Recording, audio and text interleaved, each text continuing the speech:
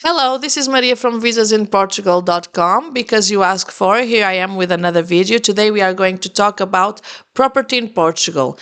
Can a foreign buy property in Portugal, even if it's not tax resident in Portugal? If this is information you like, hit subscribe, say you love it, and we go from there. Because you asked for, I got your back. Here it goes. So, can a person, a citizen from another country outside of Portugal, buy property in Portugal, even if it's not tax resident? Imagine this. You are coming on a holiday, you love the country because you are going to love the country, and you say, look, I want to buy a property here because I want to spend my holidays here and who knows, maybe retirement. I want to buy a property here, but I don't want to live here and I don't want to spend 183 days in Portugal, so I'm not a tax resident of Portugal. Can I? Yes, you can. Is it different for non-residents, non-citizens to buy property in Portugal? Is it different from a Portuguese person? No, it's not. So what do you need to know? Okay, so regardless if you are a citizen of the country or not, everybody pays taxes when they buy property. And what taxes are that? The transmission tax and the stamp tax. So the stamp tax is always around 0.8%. Transmission tax, it's progressive according to the property value. But there are simulators online where you can put the price of the property. And then there's a question always that says, is it your permanent house for you to live in? Or is it a secondary house? Because the taxes differ according to those two situations. If this is a case where you're not living in Portugal, you are going to say that it's your secondary property. Then there's a question asking you, is the property located in the mainland or is it in the island? And then you say where it is, and it will calculate taxes, stamp tax and transmission tax. You will know all the information in seconds, okay?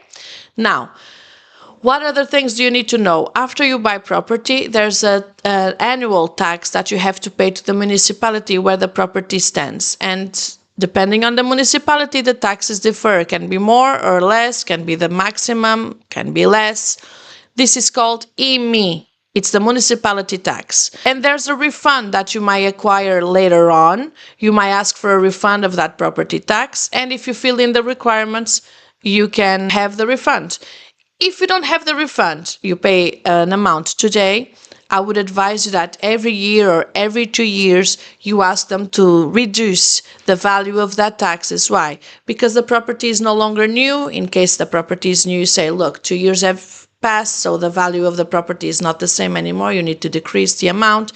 If you bought an old house, you need to check how much is the taxes. Can you reduce because of the age of the property and so on, okay? Other things you need to know. When you buy a property, normally we do what we call a CPCV, which is a promissory contract to buy and to sell, where you are saying you want to buy and the seller is going to say he wants to sell.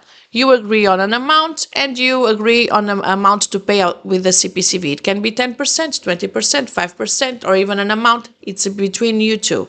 You can say that I'm going to ask for a loan, a mortgage. So will you refund me the amount if my mortgage is not considered? You can ask for that to be put in the CPCV, because if it's not there, the law says that if you do a CPCV and you pay 10% of the property amount, and then when the time comes to do the deed, which normally it's 30 days, 60 days, or 90 days, when the time comes for you to do the deed, you decide you don't want to buy it, you are going to lose that amount. Okay, the amount you paid as a deposit for the property. If, on the other hand, the property owner is the one that does not want to do the deed when the time comes, then he needs to pay you that deposit in double. Okay, those are the rules, the legal rules in Portugal. Another thing you need to be aware of. Okay, in Portugal, we normally don't do inspections on the property, but most of our clients decide they want to do. There are companies where you can ask for it. You can ask for them to do a property inspection to see how is the electric, how is the plumbing, how is the installation, is it energetic sufficient or not, okay? You can ask for that. Normally, clients always go to a real estate agent and they believe the real estate agent is representing them. Well, he's not. Why is he not? Because you are not paying them.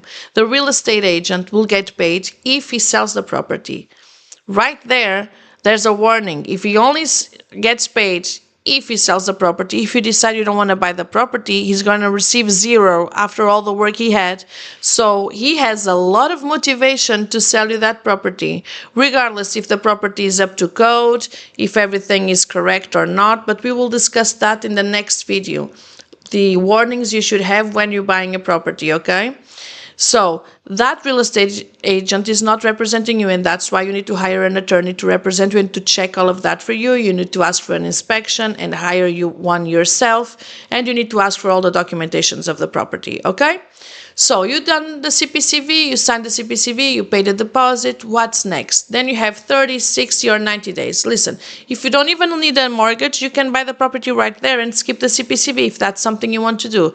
But I would always ask for a period of time to do your due diligence, to check the documents, to check if there's any document missing or not. Why? Because after the CPCV, you are going to do the deed at the notary, the public notary, the private notary, etc.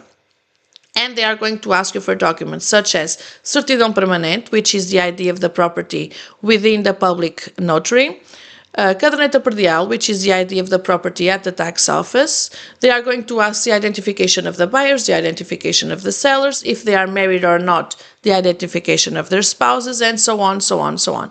If you want to buy the property with a company, then the company needs to say that they are aiming to buy property. If that's the case, they need to be well registered in Portugal, even if it's a foreign company. Imagine you have a foreign company and you want to buy property in Portugal. Not a problem. You just need to do a Portuguese tax number for that company, and then you can buy property in that company.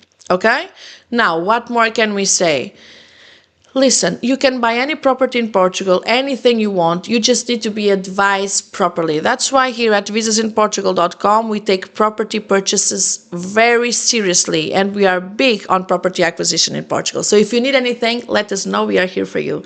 Okay? See you soon. Bye.